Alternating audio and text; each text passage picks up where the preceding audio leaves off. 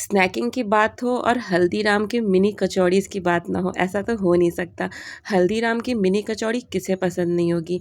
मुझे तो पर्सनली हल्दीराम की मूंग दाल की मिनी कचौड़ी बहुत ही पसंद है। तो आज मैं वही रेसिपी आप सब लोगों के लिए लेकर आई हूँ। बिल्कुल परफेक्ट बनेगी पहली बार में ही। एक बार आप मेरी इस रेसिपी को बना करके ज़रूर ट्राई करिएगा और फिर मुझे कॉमेंट करके बताइएगा कि ये रेसिपी बनी कैसी। पहली बार में ही परफेक्ट बनने वाली रेसिपी मैं शेयर करने जा रही हूँ। तो नमस्कार दोस्तों, मैं हूँ मंजू और आप सबका बहुत बहुत स्वागत है मेरे channel food and craft with Manju में। तो चलिए बनाना स्टार्ट करते हैं मूंग दाल की खस्ता मिनी कचौड़ी, जो हम सबकी बिल्कुल फेवरेट है। तो चलिए रेसिपी को स्टार्ट करते हैं। उससे पहले अगर वीडियो अच्छी लगे ना तो इसे एक लाइक ज़रूर करिएगा और अपने फ्रेंड्स और फैमिली के संग शेयर। तो मूंग दाल की खस्ता कचौड़ी बनाने के लिए सबसे पहले हमें चाहिए मूंग दाल। तो यहाँ मैंने लिया है 1 कप मूंग दाल। इसे हम 2 से 3 घंटे के लिए पानी में अच्छे से सोक कर देंगे। तो यहाँ मैंने इसको पहले ही सोक करके रखा था और इसे हम 2 से 3 पानी से अच्छे से वॉश करके इस तरीके से स्ट्रेनर के ऊपर निकाल देंगे, क्योंकि हमें दाल के अंदर बिल्कुल भी पानी नहीं चाहिए। और अब चलिए बनाते हैं अपनी कचौड़ियों के लिए स्पेशल मसाला। तो यहाँ मैंने लिया है एक पैन में 2 चम्मच भर करके सौंफ, 1 चम्मच जीरा, 1.5 चम्मच धनिया के बीज और साथ में आधा चम्मच ब्लैक पेपर और आधी चम्मच के ही करीब यहाँ पे 8 से 10 होंगे लौंग, वो डाला है। लौंग का फ्लेवर बहुत अच्छा आता है, तो इसे बिल्कुल भी स्किप मत करिएगा, डालिएगा ज़रूर। अब इन मसालों को हमें बिल्कुल ही लो फ्लेम पर ड्राई रोस्ट कर लेना है, ताकि इन मसालों से अच्छे से खुशबू आने लगे। उसके बाद हमें इन मसालों को कोर्स पीसना है। तो यहाँ आप देख सकते हैं मसाले बिल्कुल अच्छे से ड्राई रोस्ट हो गए हैं, इनमें से एक अच्छी सी खुशबू आ रही है। अब उन्हें हम ठंडा करके मिक्सर जार में ट्रांसफ़र कर लेंगे और पल्स मोड पर एक बार चला लेंगे, तो हमारे मसाले बिल्कुल कोर्स हो जाएंगे।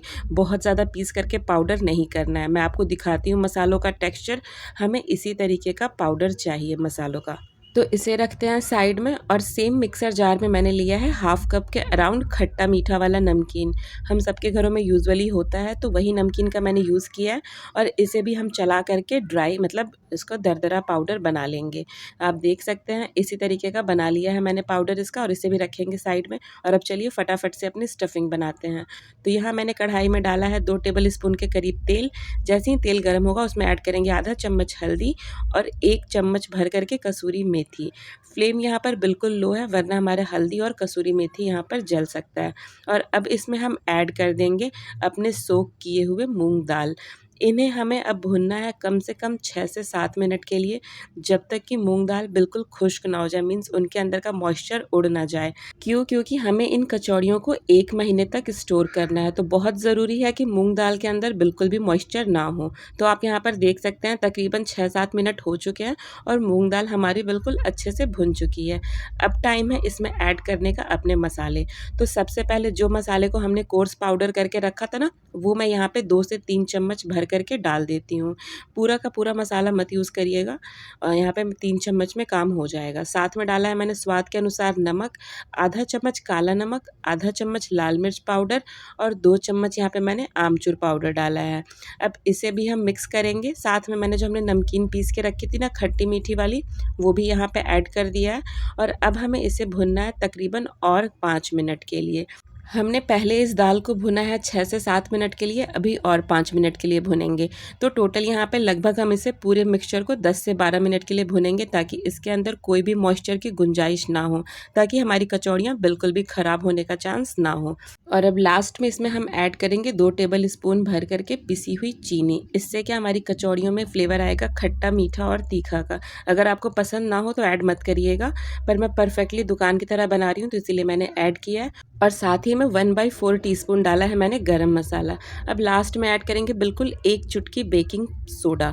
इससे हमारी कचौड़ियाँ बिल्कुल परफेक्ट बनेंगी, मतलब बिल्कुल फूली बनेंगी और बिल्कुल भी ख़राब नहीं होंगी। तो ये ज़रूर ऐड करिएगा और इसे अब हम अच्छे से मिक्स कर लेंगे। और 1 मिनट के लिए मैंने इसे भुना है और उसके बाद हमारा मिक्सचर पूरे तरीके से तैयार है। अब इसे हम थाली में निकाल करके रख देंगे, ताकि हमारा मिक्सचर जो है पूरी तरीके से ठंडा हो जाए और तब उसके बाद हम इसको यूज़ करेंगे। तो यहाँ मैंने सारा का सारा मिक्सचर ट्रांसफ़र कर लिया है दाल का और अब इसे मैं रख देती हूँ साइड में, ताकि ये ठंडा हो जाए। जब तक ये ठंडा हो रहा है तब तक हम लगा लेते हैं अपना आटा। तो यहाँ आज मैं कचौड़ियाँ बना रही हूँ मैदा से, आप चाहे तो आटे से भी बना सकते हैं। तो यहाँ मैंने लिया है 500 ग्राम आटा, डाला है उसमें 2 चम्मच अजवाइन, 1 चम्मच नमक और 5 से 6 चम्मच के करीब यहाँ पर मैंने घी डाला है। और अब इसे हम बिल्कुल अच्छे से मिक्स करेंगे। आटे में बिल्कुल परफेक्ट मोयन होना चाहिए, तभी आपकी कचौड़ियाँ बिल्कुल परफेक्ट बनेंगी। कचौड़ियों के लिए जो आटा लगाते हैं बिल्कुल सॉफ्ट आटा लगाते हैं, तो बिल्कुल भी ड्राई आटा मत लगाइएगा, मतलब सख्त आटा। आप यहाँ पे देख सकते हैं मैंने मोयन मिक्स कर दिया है और किस तरीके से ये बंध रहा है ना, ऐसा ही आपको भी लगाना है।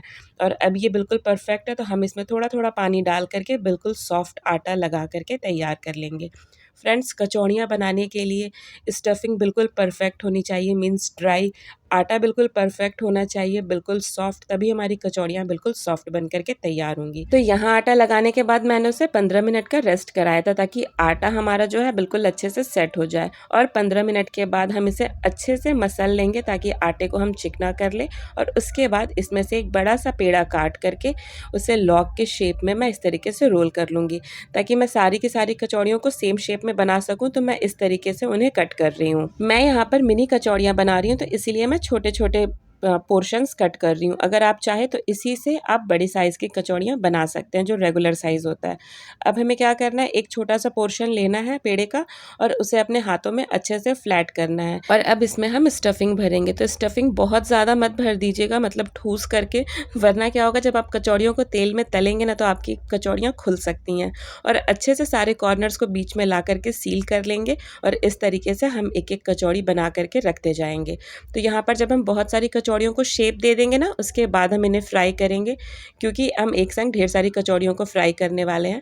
तो इसी तरीके से देखिए, मैंने दूसरा भी पोर्शन लिया, उसे अच्छे से फ्लैट किया, अंदर स्टफिंग डाला और सारे के सारे पोर्शंस को, मतलब कॉर्नर्स को बीच में लाते हुए इकट्ठा करके एक कचौड़ी का शेप दे दिया। तो इसी तरीके से हम सारी की सारी कचौड़ियों को फोल्ड कर लेते हैं, मीन्स शेप दे देते हैं, और उसके बाद मैं इसे फ्राई करूँगी।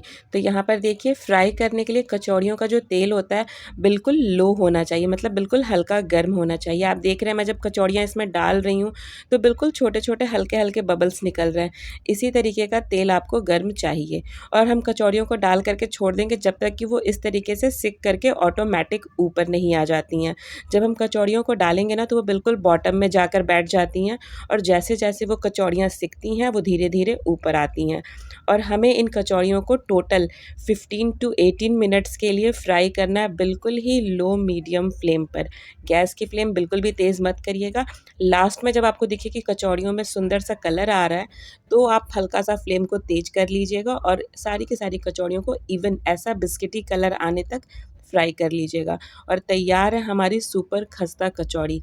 हर एक बैच को फ्राई करने में मुझे यहाँ पर तकरीबन 15 से 18 मिनट का समय लगा है। पहला बैच मैंने फ्राई कर लिया था और ये दूसरा बैच है जिसे मैं अब फ्राई कर रही हूँ। तो सारी की सारी कचौड़ियों को मैंने फ्राई कर लिया है और अब आपका टाइम है रिज़ल्ट देखने का। जी हाँ, बिल्कुल शानदार और परफेक्ट कचौड़ियाँ बन कर के हैं तैयार।